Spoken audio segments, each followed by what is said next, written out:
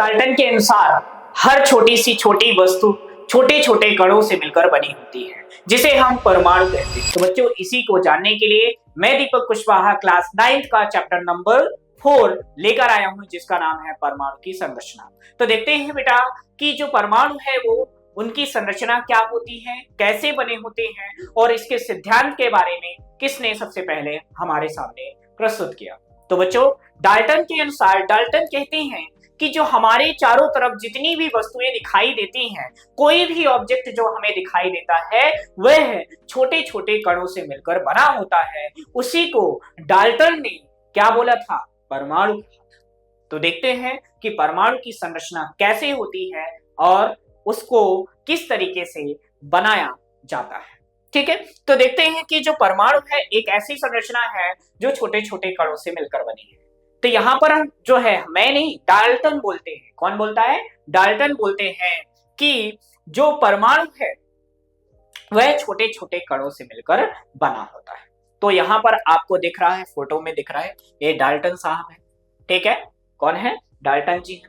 और इन्होंने ही जो है सबसे पहले हमें परमाणु संरचना के बारे में बताया कि परमाणु जो है बना कैसे होता है। तो इनके अनुसार डाल्टन ने प्रतिपादित किया कि परमाणु अविभाज्य है। मतलब क्या है कि जो परमाणु है उसको आप विभाजित नहीं कर सकते हो, ना उसको आप बना सकते हो।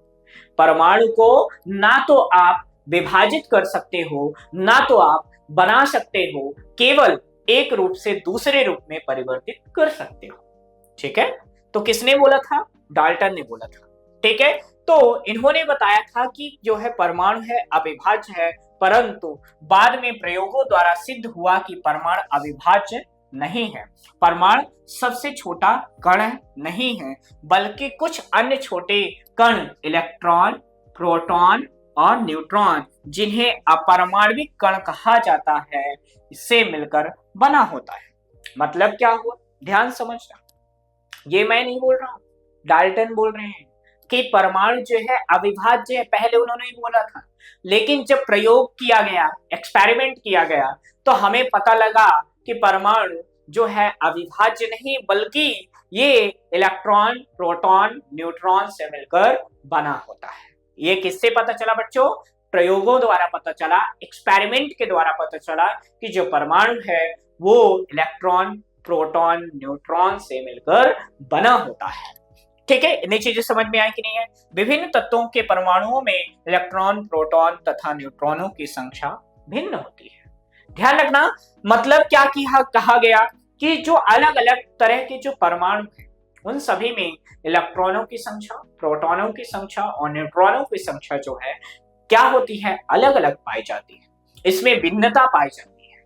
ठीक है, तो आपने देखा कि जो डाल्टन है इन्होंने सबसे पहले यही बोला था कि परमाणु अविभाज्य है। ये क्वेश्चन में पूछा जाता है कि डाल्टन के अनुसार परमाणु क्या होता है, ऑब्जेक्टिव में पूछा जाता है तो अविभाज्य होता है, मतलब विभाजित नहीं किया जा सकता है।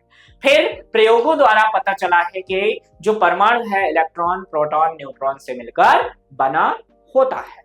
ठीक है, इतनी चीजें समझ में आ गई होगी। आगे बात करते हैं। तो अब देखते हैं कि आपने देखा कि डाल्टन साहब ने बताया, डाल्टन जी ने बताया है कि आप जो तुमको जी बोल दो, साहब बोल दो, दादा बोल दो, ध्यान रखना, क्योंकि बहुत जो है सालों की बात है, अभी की बातें नहीं, बहुत सालों की पहले की बात है जब इन्होंने इसके बारे में हमें बताया था। ठीक है, अब यहाँ पर दूसरे हैं कि इलेक्ट्रॉन, प्रोटॉन, न्यूट्रॉन जो है इससे मिलकर यदि परमाणु बना है, तो सबसे पहले इलेक्ट्रॉन की खोज कैसे हुई, कैसे पता लगाया कि ये इलेक्ट्रॉन है, कैसे पता लगाया कि ये प्रोटॉन है, कैसे पता लगाया कि ये न्यूट्रॉन है, तो उसको किसने बताया और कैसे उसकी डिस्कवरी हुई, उसके बारे में हम जानते हैं। तो हमारे सामने सबसे पहले है इलेक्ट्रॉन। इलेक्ट्रॉन की खोज किस तरीके से हुई है और इसको सबसे पहले किसने डिस्कवर किया है, और इसके बारे में हमें सबसे पहले किस साइंटिस्ट ने, किस वैज्ञानिक ने कंप्लीट एक्सप्लेनेशन हमारे सामने प्रस्तुत किया है, उसके बारे में देखते हैं। तो बच्चों, यदि देखते हैं कि इलेक्ट्रॉन जो है कैसे डिस्कवर किया गया, तो वो आपके सामने ये है 19वीं शताब्दी, अभी की नहीं, 19वीं शताब्दी में। ठीक है, तक यह जान लिया गया था कि परमाणु यानी साधारण और अविभाज्य कण नहीं है। मतलब सबसे पहले 19वीं शताब्दी में ही हमें पता चल चुका था कि परमाणु जो है अविभाज्य नहीं है। ठीक है, बल्कि इन्हें कम से कम एक परमाणविक है ना। एक परमाणविक अपरमाणविक इलेक्ट्रॉन विद्यमान होते हैं जिसका पता जे थॉमसन ने सन 1897, ठीक है, 1897 में किया था। ध्यान रखना, जे थॉमसन ने सबसे पहले हमें बता दिया था कि जो यह एक परमाणु यानी अपरमाणविक इलेक्ट्रॉनों से मिलकर बना होता है, जो कि क्या होता है, कब बताया था, सन 1897 यानी 1897 में बताया था। जे थॉमसन ने इलेक्ट्रॉन की खोज की। सबसे ज्यादा इंपॉर्टेंट क्वेश्चन है, आपसे पूछे जाने वाला है कि इलेक्ट्रॉन की खोज किस दादा ने किया था, तो दादे का नाम क्या है बेटा, जे थॉमसन है। क्या है, जे थॉमसन। तो इलेक्ट्रॉन की डिस्कवरी खोजकर्ता का नाम कौन है, जे थॉमसन है। ठीक है, इन्होंने क्या किया था, कैसे खोजा था, तो इन्होंने सबसे पहले एक विसर्जन नलिका ली थी। ठीक है, आपको यहां पर मैं एक डायग्राम के थ्रू यहां पर समझाते हैं। ये है डायग्राम। इन्होंने ये एक क्या लिया था, विसर्जन नलिका लिया था। ठीक है, ये क्या लिया था, विसर्जन नलिका लिया था। किसने लिया था भाई, जे थॉमसन ने लिया था। ठीक है, क्या है, विसर्जन नलिका लिया। ठीक, अब इस नलिका में इन्होंने क्या किया था, ध्यान से समझिए। एक विसर्जन नलिका ली और इसमें क्या किया, कैथोड किरण प्रयोग द्वारा की, यानी इस पर क्या किया, कैथोड किरण प्रयोग किया। क्या किया, कैथोड किरण प्रयोग किया। इस प्रयोग में कांच की एक विसर्जन नलिका में अत्यंत निम्न दाब पर एक गैस ली गई। मतलब जो ये आपके सामने देखा गया है, क्या देखा गया है, ये इसमें क्या किया गया है, कैथोड प्रयोग किया गया है। ध्यान रखना, इसमें दो चीजें हैं, एनोड और कैथोड। तो इसमें किसका प्रयोग किया गया है, कैथोड का प्रयोग किया गया है, कैथोड लिया गया। और इसमें क्या किया गया है, निम्न दाब पर क्या किया है, एक गैस लिया है। क्या लिया है, निम्न दाब पर क्या किया गया है, गैस लिया गया है। निम्न दाब पर क्या लिया गया है, गैस लिया गया है। किसमें, इस विसर्जन नलिका में ली गई है। ठीक है, फिर उसके बाद क्या किया गया, इस विसर्जन नलिका के दोनों सिरों पर दो इलेक्ट्रोड, ठीक है, लगे थे जो उच्च वोल्टता वाली विद्युत बैटरी से जुड़े थे। ठीक है, मतलब दोनों ओर, एक और एनोड और एक और कैथोड लगा था जो हाई वोल्टेज की बैटरी के साथ जुड़ा हुआ था।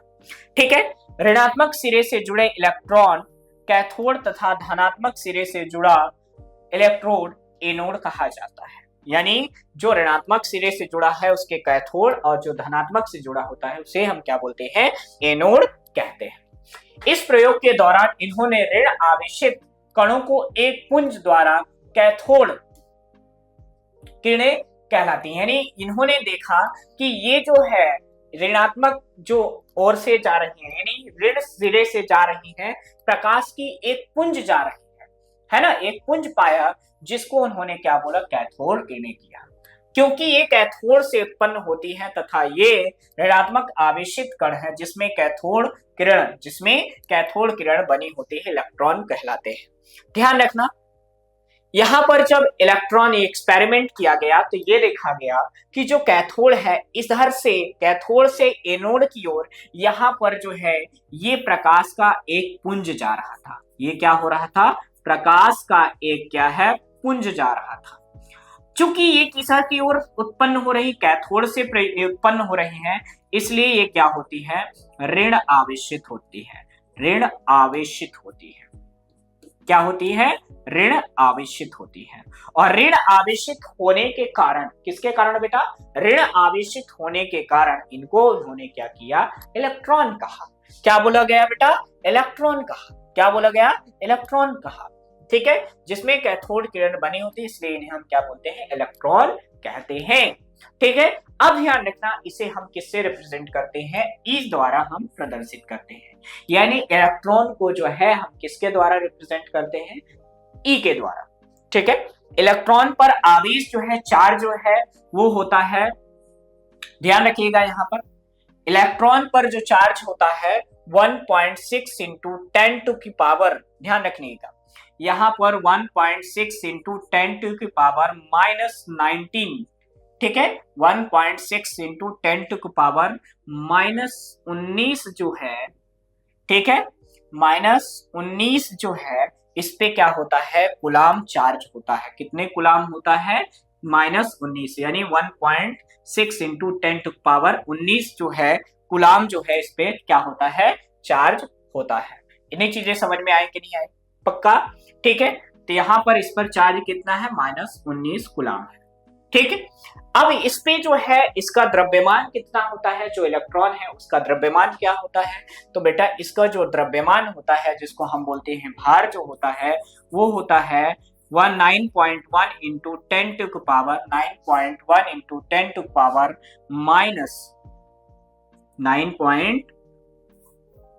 -9.1 इंटू 10⁻31 kg जो है इसका क्या होता है, द्रव्यमान होता है। तो ध्यान रखना, इलेक्ट्रॉन की खोज जे थॉमसन ने किया था।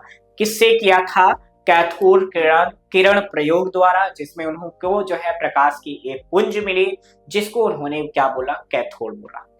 क्योंकि ये कैथोड से निकल रही थी इसलिए इनको उन्होंने क्या किया, ऋण आवेशित होती हैं, और इन्होंने देखा कि इस पर चार्ज जो होता है 1.6 इंटू 10⁻⁻19 कूलाम होता है, और इनका जो मास होता है, द्रव्यमान होता है, वो होता है 9.1 इंटू 10⁻31 kg के बराबर होता है। तो बेटा ये किसका प्रयोग है, इलेक्ट्रॉन, यानी इलेक्ट्रॉन डिस्कवरी जब हुई थी उसका प्रयोग किया गया था, जिसको हम बोलते हैं कैथोड किरण प्रयोग। क्या बोलते हैं बेटा, कैथोड किरण प्रयोग। किसके द्वारा, कैथोड किरण, ठीक है, प्रयोग,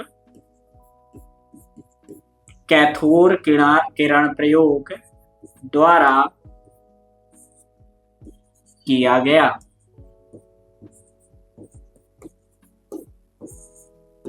कैथोड किरण प्रयोग द्वारा किया गया। इतनी चीजें समझ में आएंगी। अगला, प्रोटॉन की खोज। सबसे पहले आपने देख लिया इलेक्ट्रॉन की खोज, अब अगला किसकी खोज है भाई, प्रोटॉन की। तो आपने देखा था कि इलेक्ट्रॉन की खोज किसने किया था, जे थॉमसन ने किया था, लेकिन प्रोटॉन की खोज किसने किया है, एक नए साइंटिस्ट हैं जिनका नाम है रदरफोर्ड। किसने किया बेटा, रदरफोर्ड, ठीक है।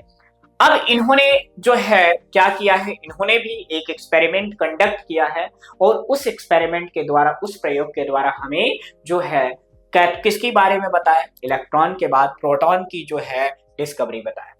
तो इलेक्ट्रॉन की जानकारी के बाद यह विचार किया गया कि यदि परमाणु में ऋण आवेशित कण उपस्थित है तो परमाणु में कोई विद्युत धनावेशित कण भी होना चाहिए, क्योंकि परमाणु विद्युत उदासीन होता है।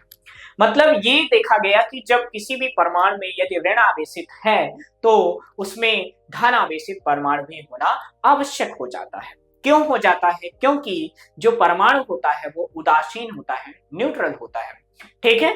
तो इन्हीं आधार पर क्या किया गया, ये प्रयोग कंडक्ट किया गया, ये एक्सपेरिमेंट किया गया, ठीक है।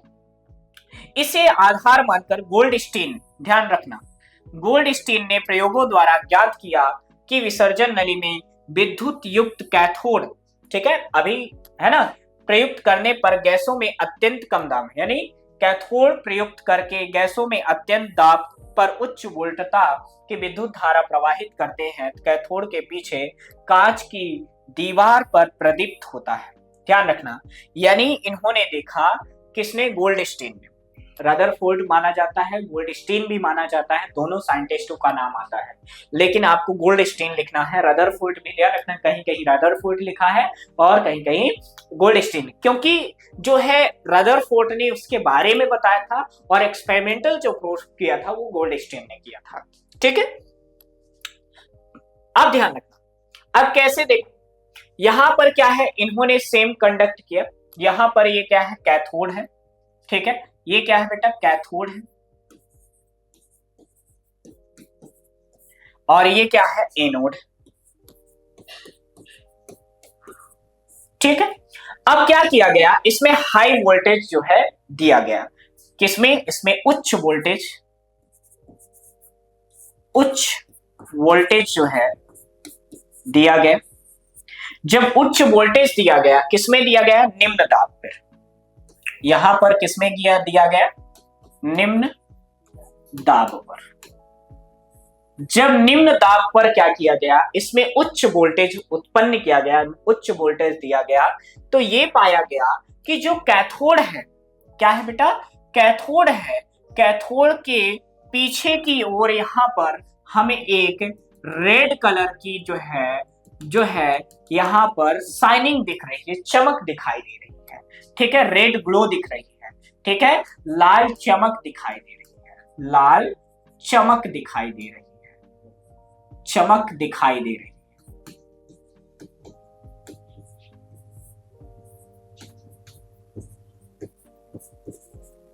क्या दिखाई दे रही है बेटा, लाल चमक दिखाई दे रही है। तो इसी को उन्होंने क्या कह दिया, क्या बोला इन्होंने इसे ही क्या बोला, प्रोटॉन बोला। आगे बात करते हैं। तो यहां पर यदि आप देखोगे गोल्डस्टीन एक्सपेरिमेंट आप देखेंगे, तो इसे गोल्डस्टीन ने निष्कर्ष निकाला कि यह प्रदीप्त एक प्रकाश के किरण पुंज के कारण उत्पन्न हुई है। मतलब ये जो लाइट है, ये जो हमें लाल किरण जो मिली है, वो एक लाइट की जो है पुंज के द्वारा क्या है हमें दिखाई दे रही है, ठीक है, जो कैथोड के छिद्रों से निकलकर पीछे प्रवेश करती है तथा विसर्जन नली की दीवार पर दीप्त उत्पन्न करती है। इन किरणों को गोल्डस्टीन ने कैनाल किरणें, ध्यान रखना, कैनाल किरणें कहा, क्या कहा, कैनाल किरणें कहा, ध्यान रखना, कैथोड किरणें, कैनाल किरणें, ठीक है। ये धन किरणें थी जो एनोड से चलकर कैथोड की ओर गतिशील थी। ध्यान रखना, इनमें जो आपने देखा अभी एक्सपेरिमेंट में कि जो ये किरणें हैं, ये एनोड से किधर की ओर जा रही है, कैथोड की ओर जा रही है, ठीक है, किधर की ओर जा रही है, एनोड से कैथोड की ओर। इसमें एक अपरमाणविक कण की खोज हुई, जिससे जो है एक अपरमाणविक कण की जो है डिस्कवरी हुई, और जिसको नाम क्या कहा गया, प्रोटॉन कहा गया, ठीक है। इसे क्या बोला गया बेटा, प्रोटॉन कहा गया, ठीक है। अगला, प्रोटॉन धनावेशित कण होते हैं, इसे हम जो है P से प्रदर्शित करते हैं, P से हम डिनोट करते हैं, ठीक है। प्रोटॉन पे जो चार्ज होता है वो होता है प्लस 1.6 इंटू 10⁻⁹ 3 कूलाम के बराबर होता है, ठीक है, ध्यान रखना। और इसका जो द्रव्यमान होता है 1.6 इंटू 10⁻27 किलोग्राम होता है, ठीक है। प्रोटॉन का जो द्रव्यमान है इलेक्ट्रॉन के द्रव्यमान के लगभग जो है 20 गुना ज्यादा होता है, ठीक है। निष्कर्ष क्या निकला, प्रोटॉन का द्रव्यमान एक इकाई के रूप में लेते हैं तथा इसका आवेश जो है +1 होता है। ध्यान रखना, जो इलेक्ट्रॉन है उस पे जो चार्ज होता है -1 होता है, और प्रोटॉन पे जो चार्ज है +1 होता है। जबकि इलेक्ट्रॉन का द्रव्यमान नगण्य माना जाता है तथा इस पे आवेश जो है -1 माना जाता है, तथा इसे यह प्रतीत होता है कि एक परमाणु जो है प्रोटॉन तथा इलेक्ट्रॉन से बना है, जो परस्पर आवेशों के संतुलित करता है। मतलब इन दोनों प्रयोगों से, इन दोनों एक्सपेरिमेंट से हमें यह पता चलता है कि जब कोई परमाणु का निर्माण होता है, जब किसी भी परमाणु का सृजन होता है, तो वो दोनों परमाणु, वह परमाणु जो है इलेक्ट्रॉन और प्रोटॉन दोनों के मिलने के कारण बनता है, ठीक है। मतलब उस परमाणु के फॉर्मेशन में, उस परमाणु के सृजन में, उस परमाणु के निर्माण में इलेक्ट्रॉन और प्रोटॉन दोनों की भागीदारी होती है, ठीक है। आगे बात करते हैं, अगला क्या है, न्यूट्रॉन। तो न्यूट्रॉन की जो डिस्कवरी हुई है किस टाइप से हुई, कैसे हुई, तो अभी आपने देखा कि इलेक्ट्रॉन और प्रोटॉन, इलेक्ट्रॉन जो है कैथोड किरणों और प्रोटॉन जो है कैनाल किरणों के द्वारा हुई है। तो यहाँ पर एक जो है तीसरा जो है पर क्या आता है, अपरमाणविक यौगिक आता है, जिसका नाम है इलेक्ट्रॉन, प्रोटॉन के बाद आता है न्यूट्रॉन, ठीक है। तो यहाँ पर जो न्यूट्रॉन है, इसको एक साइंटिस्ट ने डिस्कवर किया जिनका नाम है चैडविक। क्या नाम है बेटा, चैडविक, ठीक है। ये हल्के, यानी जो है इन्होंने जो अपना एक्सपेरिमेंट किया है, प्रयोग किया है, तो कैसे किया, ठीक है, ध्यान रखना, ऑब्जेक्टिव में आने वाले क्वेश्चंस आपको बता रहे हैं। इन्होंने हल्के तत्व जैसे लिथियम, बोरॉन इत्यादि की अल्फा किरणों के साथ प्रकीर्णन करवाई, जिसके कारण बस एक नए कण जिनका द्रव्यमान प्रोटॉन के बराबर था तथा वे आवेश रहित थे, उनकी उत्पत्ति सिद्ध की। मतलब क्या किया इन्होंने, क्या किया, एक सोर्स ऑफ रिएक्टिविटी लिया इन्होंने, क्या किया, एक जो है यौगिक लिया और उसके सामने जो है एक प्लेट रख दी। किसकी प्लेट रख दी, बेरिलियम की प्लेट रख दी, ठीक है। फिर इस पे एक वैक्स की रखी। अब इन्होंने क्या किया, इस पे क्या किया, अल्फा कणों की जो है बौछार की, ठीक है, अल्फा कणों की क्या किया, इस पे इंसिडेंट कराया। तो ये पाया कि जो अल्फा कण है, जब इस प्लेट पर पड़ते हैं तो बेरिलियम जब प्लेट पर पड़ते हैं तो ये एक रेडिएशन जो है उत्पन्न करता है। कौन? बेरिलियम जो है एक रेडिएशन, एक जो है तीव्रता उत्पन्न करता है, और वो तीव्रता जो होती है एक तरह से किसमें, चार्ज के फॉर्म में आगे की ओर, न्यूट्रल चार्ज के फॉर्म में आगे की ओर बढ़ रहा था, जो इस पर किसी भी प्रकार का जो है चार्ज नहीं था। ठीक है, तो मतलब ये देखा गया कि इस पे जो पॉजिटिव चार्ज आपको दिखाई दे रहे हैं, इस पे किसी तरह का चार्ज, यानी कि इस पे न्यूट्रॉन पे किसी तरह का चार्ज नहीं था। ठीक है, तो इन्होंने जो प्रयोग किया था, जो एक्सपेरिमेंट किया था, तो उस बेसिस पे ये बताया कि जो न्यूट्रॉन है, जो है न्यूट्रॉन है, उस पर कोई चार्ज नहीं पाया जाता है। ठीक है, और ये ध्यान रखना, इलेक्ट्रॉन, प्रोटॉन, न्यूट्रॉन में आप देखेंगे कि न्यूट्रॉन जो है, इसकी जो डिस्कवरी है सन 1932, सन 1932 में की। किसने की? चैडविक ने की। एक और अपरमाणु की खोज जिसको निकाला, जिसे आवेशित नहीं था। द्रव्यमान यदि आप देखोगे, इस पे कोई चार्ज नहीं। ध्यान रखना, न्यूट्रॉन जो होता है वो क्या होता है? आवेश रहित होता है। ठीक है, इसके बाद यदि देखोगे कि इलेक्ट्रॉन के बाद प्रोटॉन जो है, इसका द्रव्यमान जो होता है 1.67, ठीक है, इंटू 10⁻⁻27 kg के बराबर होता है। ठीक है, अतः इसका सामान्यता है न्यूट्रॉन पर सामान्य, न्यूट्रॉन को किससे प्रदर्शित करते हैं? n से प्रदर्शित करते हैं। किससे प्रदर्शित करते हैं? n से। ठीक है, हाइड्रोजन के अतिरिक्त सभी परमाणुओं के नाभिक में न्यूट्रॉन होता है। मतलब यदि न्यूट्रॉन की पोजीशन देखा जाए तो ये किसी, मान लीजिए हमारे पास ये परमाणु है, तो इस परमाणु का ये नाभिक है, नाभिक में ये क्या होता है? न्यूट्रॉन प्रेजेंट होता है। ठीक है, परमाणु का द्रव्यमान नाभिक में उपस्थित होता है, प्रोटॉन तथा न्यूट्रॉन के द्रव्यमान के योग के बराबर दिया गया है। ध्यान रखना, यदि हम देखें तो कोई भी परमाणु है, कोई भी परमाणु है, उस परमाणु में यदि आप देखेंगे पाएंगे कि मान लीजिए ये क्या है, यहां पर ये मान लीजिए कोई हमारे पास परमाणु है। ठीक है, अब इस परमाणु का मान लीजिए ये क्या है? नाभिक है। नाभिक का मतलब होता है केंद्रक है। ठीक है, अब इस केंद्रक की यदि हम बात करते हैं तो इस केंद्रक में जो है, इस केंद्रक में जो है अंदर आपको दो चीजें मिलेंगी, प्रोटॉन मिलेगी और न्यूट्रॉन मिलेगी। लेकिन ध्यान रखना, यहां पर यदि आप देखोगे किसी भी परमाणु के केंद्रक में जो है आपको क्या मिलेंगे? परमाणु और प्रोटॉन और न्यूट्रॉन दिखेंगे। लेकिन इलेक्ट्रॉन जो है उसके बाहरी कक्षा में उपस्थित होते हैं। ये क्या होता है बेटा? इलेक्ट्रॉन होता है। और ये क्या है? परिधि है। क्या है बेटा? परिधि। ठीक है, तो आप देखेंगे कि जो इलेक्ट्रॉन, प्रोटॉन, न्यूट्रॉन में आप पाएंगे कि इलेक्ट्रॉन किसी भी परमाणु के कहां पर होता है? सर्कल में होता है, यानी परिधि पर पाया जाता है। और प्रोटॉन और न्यूट्रॉन जो होता है वो कहां पर पाया जाता है? वह किसी भी परमाणु के नाभिक पर पाया जाता है। तो बच्चों, आपने ये देखा कि परमाणु इस तरीके से मिलकर बने होते हैं। ठीक है, तो आपने देखा कि परमाणु जो है इलेक्ट्रॉन, ये अविभाज्य कणों से मिलकर नहीं बना होता है, बल्कि यह इलेक्ट्रॉन, प्रोटॉन, न्यूट्रॉन से मिलकर बना होता है। ठीक है, तो बच्चों आपने देखा कि जो कि परमाणु है यह एक तरह से क्या होता है? एक बना हुआ परमाणु है जो कि इलेक्ट्रॉन, प्रोटॉन, न्यूट्रॉन से मिलकर बना होता है।